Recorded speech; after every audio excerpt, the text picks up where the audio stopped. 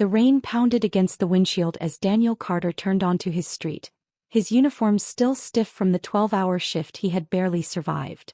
It had been one of those days, endless reports, an armed robbery standoff that nearly went south, and a department-wide briefing about budget cuts that made his head throb. He had counted down the minutes until he could come home, sink into his couch and let the weight of the day melt away. But as he pulled up to his driveway, exhaustion turned into confusion, then into slow-burning rage. His car was gone. The empty space where his vehicle had been that morning was a void that made his gut churn. And blocking his driveway was a massive tow truck, its flashing yellow lights cutting through the darkness like a taunt. A man stood next to it, clipboard in hand, looking unbearably smug. Daniel didn't even have to squint to recognize him. Kyle Jefferson, the self-important HOA enforcer, the man who patrolled the neighborhood like he was running a personal dictatorship. The same guy who once fined a retired veteran for having his flagpole 2 inches too tall. The same guy who had threatened to call animal control over a 10-year-old girl's lemonade stand because it wasn't an approved commercial entity. And now he was standing in Daniel's driveway, arms crossed, looking like he had just won a prize. Daniel stepped out of his car, his muscles tense, his badge still clipped to his belt. He kept his voice even, though every fiber of his being told him to let loose. "You want to explain why there's a tow truck in my driveway and why my car isn't here?" Kyle barely glanced at him, flipping a page on his clipboard with exaggerated slowness. "Should have paid the fine, buddy." Daniel's pulse ticked upward. "What fine?" Kyle smirked, tilting his head toward the clipboard. "Unpaid balance of $79. We sent notices. No payment. No warning needed when you ignore them." Daniel clenched his jaw, taking a slow breath through his nose. He hadn't received a single notice. He had been at work all day, buried in back-to-back cases. But he had never ignored an HOA fine in his life. Sure, the HOA sent ridiculous violation notices. Once for leaving his trash cans out an hour too long, another time for a flower pot that was not in aesthetic compliance. But he always handled them. This, however, was something else entirely. He pulled out his phone and scrolled through his emails. Sure enough, buried between spam and department memos, there it was. A final notice. Sent 3 hours ago. He let out a slow breath. He looked back at Kyle, who was still standing there, arms crossed like he was daring Daniel to make a scene. "So let me get this straight. You towed my car over a $79 fine before I even had a chance to read the email. Then you blocked my driveway with this truck." Kyle's smirk widened. That about sums it up. Daniel ran a hand down his face, exhaling sharply. He had arrested gang leaders with less arrogance than this guy. "Move the truck." Kyle held up a hand, shaking his head in mock sympathy. "Well, I can't do that. You gotta settle the fine first. It's policy." Daniel's patience snapped. He pulled out his phone and dialed. The line rang once before a young officer on duty picked up. "Dispatch, Officer Riggs speaking." Daniel kept his eyes locked on Kyle, his voice steady. "Yeah, it's Carter. I need a traffic obstruction unit at my residence." Kyle's smirk faltered slightly. Whoa, what do you think you're doing?" Daniel stared at him. "Getting your truck moved." Wiggly. The tow truck driver, who had been leaning against the truck looking bored, suddenly straightened. He eyed Daniel's belt, his eyes landing on the badge. "Hey, are you a cop?" Kyle scoffed, waving a dismissive hand. "Doesn't matter. This is HOA jurisdiction. Cops can't do squat." Daniel took a deep breath, shaking his head. "It's cute." He walked over to his mailbox and flipped it open. Sure enough, there was a physical notice inside. He skimmed it quickly. "Effective immediately, additional violations have been applied to your account. Total amount due, $500. His eyes darted downward. Violations listed. Improperly installed porch light. Lawn not in uniform HOA standards. Unauthorized mailbox decor. His jaw tightened. His mailbox was plain black, no decor in sight, except for one thing. A small blue police support sticker. Kyle was enjoying himself too much. "Oh yeah, you've got more fines stacking up, buddy. This is just the start. You homeowners think you own the place, but we run this neighborhood." Daniel turned back toward him, his expression unreadable. "You run this neighborhood." Kyle nodded, crossing his arms. "That's right. So you better play by the rules." Daniel let out a slow breath, tilting his head slightly. Got it." Kyle seemed to think he had won. Good. Now if you want, I can waive some of the additional fines if you pay tonight. Daniel held up a hand. Don't bother. I've got a better idea. Flashing red and blue lights filled the street. A squad car pulled up, followed by another. 2 uniformed officers stepped out, the senior officer, Sergeant Mitchell, looking around with a confused expression. What's going on? Kyle's face went pale. Daniel crossed his arms, staring at him. Didn't I mention? I'm chief of police. Kyle visibly swallowed. The tow truck driver took a subtle step back, suddenly very interested in the pavement. Daniel gestured toward the massive truck still blocking his driveway. This vehicle is obstructing my property. I'd like it removed immediately. Mitchell turned to Kyle, his voice all business. You got a permit for this tow? Kyle fumbled with his clipboard, flipping pages. It's HOA policy. Mitchell raised an eyebrow. Policy isn't law. You have no legal authority to impound a vehicle without following proper city ordinances. Daniel turned back to Kyle, his gaze sharp. You were saying something about running this neighborhood? Kyle's mouth opened and closed. He looked like he was about to faint. Yeah, that's what I thought. The silence that followed was thick, the weight of realization settling over Kyle like a heavy stone. His face had drained of all color, his usual smug confidence reduced to a flickering ember as the reality of the situation dawned on him. The tow truck driver, sensing the shift in power, was already taking small steps backward, as if hoping to fade into the night unnoticed. Sergeant Mitchell stood beside Daniel, arms crossed, waiting for an answer that Kyle clearly wasn't prepared to give. Daniel let the moment stretch just long enough for the panic to settle in before he spoke again, his voice calm but firm. Move the truck. No. Kyle licked his lips, his clipboard trembling slightly in his hands. Listen, Chief Carter, maybe we got off on the wrong foot here. It's just HOA policy, you know? We have to enforce the rules. Daniel didn't blink. No, you don't. You choose to enforce them when it benefits you. This was never about rules. This was about control. Now move the truck before I have it impounded for illegally obstructing private property. The tow truck driver wasted no time, scrambling to his truck as he fumbled with his keys. Within seconds, the massive vehicle rumbled to life, its engine growling as it rolled backward, finally freeing Daniel's driveway. Kyle stood there, gripping his clipboard like a lifeline, sweat beading along his forehead. Daniel exhaled, his patience dangerously thin. Where's my car? Kyle hesitated, his eyes darting toward the tow truck driver for help, but the man was busy avoiding eye contact. Daniel took a step forward, closing the distance between them, his voice dropping to a lethal calm. I asked you a question, Kyle. Where is my car? Kyle swallowed hard, his throat bobbing visibly. It's at the impound lot, he admitted, his voice barely above a whisper. You can get it back after you settle the fine. Daniel let out a short, humorless laugh. So let me get this straight. You towed my car over a $79 fine before I even had a chance to read the email. Then you stacked additional fines on top of that because of a sticker on my mailbox, my porch light, and some made-up lawn violation. And now you expect me to pay $500 just to get my own car back? Kyle's lips parted, searching for a response, but nothing came out.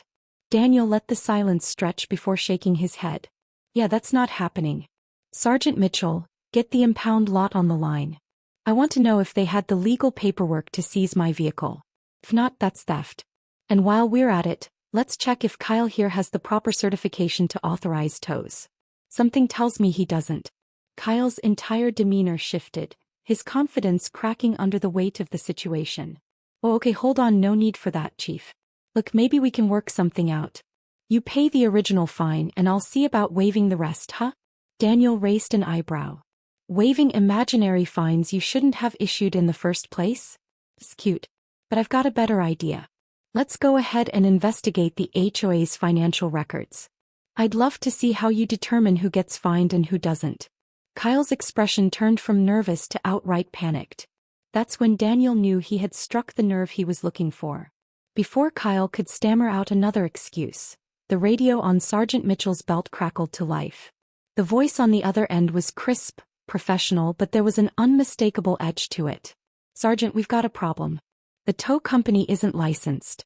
They've been operating on an expired permit for 6 months. Every tow they've done in that time is illegal. Daniel smirked, turning back to Kyle, whose face was now a shade paler than before. "Oh, Kyle," he drawled, shaking his head in mock sympathy. "That's a crime." The tow truck driver, upon hearing this, went into full-blown panic mode. Wait, I just do what they tell me. I didn't know about the permit. I don't want any trouble, man." Daniel ignored him, his focus locked onto Kyle. "Anything to say for yourself?" Kyle's mind was working overtime, scrambling for a way out. "Look, Chief, this is just a misunderstanding," he said, the desperation leaking into his voice. "We're just enforcing community guidelines. No one wants an ugly neighborhood, right? You don't want your property value going down." Daniel exhaled slowly, running a hand through his hair. "You know what really lowers property values, Kyle? A corrupt HOA extorting homeowners for money while selectively enforcing rules to keep themselves in power." Kyle was visibly sweating now. His hands gripped the clipboard tighter, his knuckles turning white. Daniel turned back to Sergeant Mitchell. "Get in touch with the HOA board president. Let's see if they want to explain why their enforcer here has been running a protection racket." Before Mitchell could respond, the sound of an approaching vehicle caught their attention. A sleek black SUV rolled up, its headlights cutting through the night. The door swung open and out stepped Richard Vaughn, the HOA president himself. Unlike Kyle, Richard didn't look nervous. He looked prepared. Richard adjusted his tie, stepping forward with the practiced ease of a politician who had spent years learning how to talk his way out of anything. "Chief Carter," he greeted smoothly, offering a tight-lipped smile. "I hear there's been a misunderstanding." Daniel didn't return the smile. "No misunderstanding here, Richard. Your guy illegally towed my car, blocked my driveway, and has been stacking fraudulent fines against homeowners. So tell me, which part of that is a misunderstanding?" Richard's expression didn't falter, though a glint of annoyance flashed in his eyes. "Now let's not be hasty," he said, voice carefully measured. "The HOA has the right to enforce community standards, and if fines have been issued, it's because rules were violated. If you have concerns, we can discuss them at the next board meeting." Daniel chuckled, but there was no humor in it. "Oh no, we're discussing it now. Because as of this moment, there's an official investigation into HOA misconduct." Richard's jaw tightened. "That's a big accusation, Chief. One that could have serious consequences if you can't prove it." Daniel took a step closer, lowering his voice just enough for only Richard to hear. "Well, I'll prove it. And when I do, I hope you're ready to watch your little empire burn." Richard held his gaze for a long moment before exhaling, his mask of control slipping just a fraction. "You're making a mistake, Chief." Daniel smiled, but it was sharp, deadly. "Oh, Richard. You did. And now you're going to pay for it." The air between them was thick with tension. A silent battle waged between Richard Vaughn's carefully curated confidence and the quiet, unshakable authority radiating from Daniel. The HOA president had spent years ruling this neighborhood with an iron fist, using fines, policies, and bureaucracy as his weapons. He had never faced real opposition before. He had never been challenged by someone who could actually fight back. And that terrified him more than he let on. Daniel could see it in the subtle twitch of his jaw, in the way his fingers flexed slightly as if searching for something to grip. The weight of what was coming was beginning to settle on him, but Richard wasn't the type to back down. Not yet. He adjusted his tie, his expression smoothing back into one of feigned composure, and exhaled slowly. "Chief Carter," he said, his voice as polished as ever, "there's no need for hostility. If there's been any error in our enforcement, we can certainly review the policies and correct them as necessary. But as of now, all fines have been issued according to HOA regulations." Daniel tilted his head slightly, studying the man in front of him. "Regulations? That's interesting because I've got homeowners telling me a different story. Funny how some of them keep getting fined while others seem to mysteriously escape violations altogether. Almost as if you're using HOA rules to go after people who don't play by your little power game." Richard gave a practiced, dismissive chuckle, shaking his head as if Daniel had just said something absurd. "Chief, these fines are about maintaining community standards. We all want a beautiful, well-kept neighborhood, don't we? Surely you, of all people, understand the importance of order." Daniel exhaled slowly through his nose, his patience wearing thinner by the second. "You think this is about order? You think this is about keeping the neighborhood nice?" He took a step closer, lowering his voice just enough that only Richard could hear. "I think this is about control. And I think you're panicking because you're finally losing it. A flicker of something, annoyance, frustration, maybe even fear, flashed in Richard's eyes, but he recovered quickly. You don't have anything on me, Chief. You've got one illegally towed car. That's a mistake at best, nothing worth launching an investigation over. His smirk returned just slightly. A corruption case needs evidence. And right now all you have is speculation. Daniel's lips curled slightly, his own smirk forming. You're right. A corruption case does need evidence. And that's why I made a few calls. Before Richard could ask what he meant, the roar of multiple engines approaching the neighborhood filled the air. 3 black SUVs rolled in, coming to a slow, deliberate stop in front of the HOA office. The doors opened almost in unison, and a team of city officials, fraud investigators, and 2 plainclothes officers stepped out. A man in a dark suit and thick-rimmed glasses adjusted his tie before glancing at a file in his hands. "Richard Vaughn?" he asked, his voice cutting through the quiet night. Richard's mouth opened, but no words came out. The investigator continued, flipping through his folder. The city has received multiple complaints regarding HOA financial misconduct, selective enforcement, and unlawful property seizures. Based on preliminary findings, we are launching an official audit into the HOA's financial records. We'll need full access to all transactions, board meeting minutes, and homeowner violation logs. Failure to comply will result in immediate legal action. The color drained from Richard's face. He turned to Daniel, his jaw tightening. You think you can just waltz in here and tear apart the HOA? You don't have that kind of authority. Daniel didn't break eye contact. You're right. I don't. But they do. He nodded toward the fraud investigators, who were already making their way toward the HOA office, briefcases in hand. And while they handle the finances, I'll be having a conversation with the homeowners who have been targeted by your little operation. Let's see what happens when they all start talking. Richard's fists clenched at his sides, his carefully constructed facade beginning to crack. You have no idea what you're starting, Carter. This HOA is the backbone of this community. Without it, this neighborhood will fall apart. Property values will plummet. Chaos will take over. You're ruining something that people depend on. Daniel shook his head. No, Richard. I'm tearing down something people have suffered under for too long. You're not protecting this community.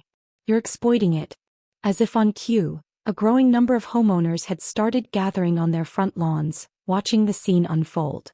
Some had their phones out, recording. Others whispered to each other, the weight of realization settling in as they connected the dots. Mr. Patel, who had been fined repeatedly for minor infractions, stepped forward, arms crossed. So let me get this straight, he called out. The HOA's been stealing money, illegally towing cars, and targeting certain homeowners. And now the city is investigating them? The investigator didn't look up from his folder as he replied. That's correct, sir. We'll be conducting a full audit, effective immediately. Mrs. Jenkins, the elderly woman who had been fined $500 for having a small flower pot that wasn't HOA approved, shook her head, her face a mix of anger and vindication. I knew it. I knew something wasn't right. Other voices started rising, agreement spreading like wildfire through the crowd. They stole my money, someone else shouted. They threatened to foreclose on my house over a fence. Another voice chimed in, they fined me for my Christmas lights last year, but the HOA president's house had decorations up for months. The tide had turned and Richard knew it. His carefully built empire was crumbling right in front of him, and there was nothing he could do to stop it. He turned to Kyle, the HOA enforcer who was standing off to the side, looking like he wanted to disappear into the pavement.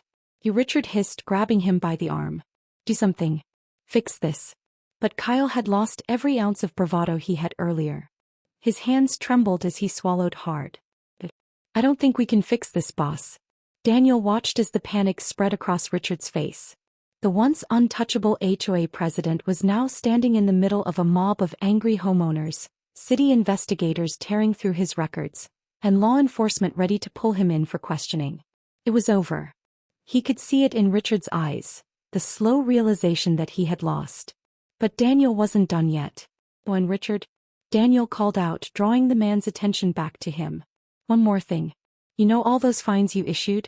The ones that drain people's bank accounts, the ones that forced families to sell their homes? Those fines were collected illegally. Which means..." He let the words hang in the air for a moment, watching as Richard's breath hitched. The investigator closed his folder, nodding in confirmation.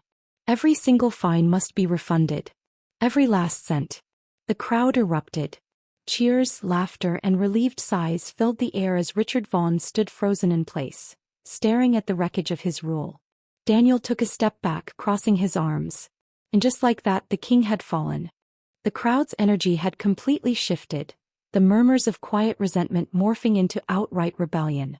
The homeowners who had once feared every envelope with the HOA's seal were now standing shoulder to shoulder, their voices rising in furious unity.